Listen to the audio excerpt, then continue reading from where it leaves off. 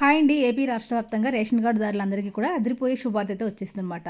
కొత్త smart ration card కలిగి ఉన్న కుటుంబాలందరికీ కూడా సంక్రాంతి కానుకలు ప్రకటించేశారు మన సీఎం చంద్రబాబు నాయుడు గారు. ఎవరైతే కొత్త స్మార్ట్ రేషన్ కార్డులు కలిగి ఉంటారో వారందరికీ కూడా సంక్రాంతి కానుకగా జనవరి నెల నుంచి మరి 10 రకాల సరుకులు, మహిళల కోసం చీరలు, అదేవిధంగా 1500 రూపాయల డబ్బులు అయితే పంపిణీ చేయబోతున్నారండి. ఇప్పటికే సంక్రాంతి కిట్లను రెడీ చేయమని చెప్పేసి పౌర సరఫరా శాఖకు ఆదేశాలు జారీ చేయడం అయితే జరిగింది ఏపీ ప్రభుత్వం. ఈ మేరకు జనవరి 2వ తారీఖు నుంచి కూడా ఈ యొక్క చంద్రన్న కానుక కిట్ అనేది పంపిణీ చేయబోతున్నారనమాట.